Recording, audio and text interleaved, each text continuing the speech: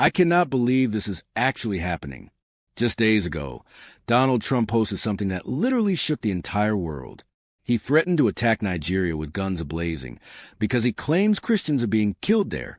He ordered the Department of War to get ready, promising an attack that would be fast, vicious, and sweet.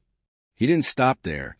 He also labeled Nigeria a country of particular concern, which means he could hit them with insane sanctions. A U.S. president just publicly threatened to invade Africa's biggest democracy. This is one of the craziest global crises I have ever seen. So, what is going on? For weeks, people in the U.S. have been telling Trump he has to do something to stop Christians from being persecuted in Nigeria, which is a huge deal for his voters.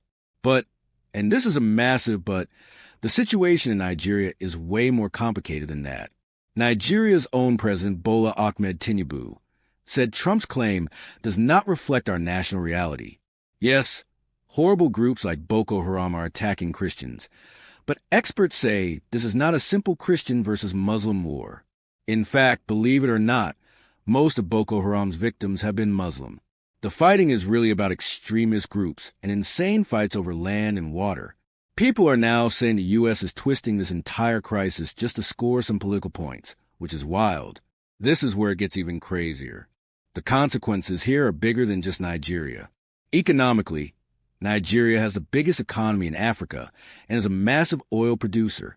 If a war breaks out, your gas prices could go through the roof. The trade partnership alone is worth $13 billion. Militarily, even the Pentagon is freaking out. The U.S. has no legal right or permission from the UN to just send in troops and attack a sovereign country. This has started a giant diplomatic firestorm. The African Union is completely against it. Europe is begging the U.S. to chill out, and rivals like China are saying absolutely not. As the entire world holds its breath, there are three insane ways this to all end. Scenario 1, de-escalation. Everyone calms down, talks secretly, and this all blows over. Scenario 2, sanctions. This is way more damaging. The U.S. could try to crush Nigeria's economy without firing a single bullet. And the third and most terrifying scenario, he actually does it. Even a tiny military strike from the U.S. could destroy the region's stability, create a humanitarian crisis beyond anything we've seen, and maybe even start a proxy war with other global superpowers. This is legitimately terrifying. Donald Trump's guns-a-blazing threat has pushed the world to the absolute brink. This is so much more than a diplomatic fight. This is a massive clash over whether one country can just do whatever it wants.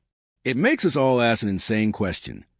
Is this the new way America acts on the world stage? And if so, which country could be next? To keep up with the craziest events shaping our world, you have to subscribe right now.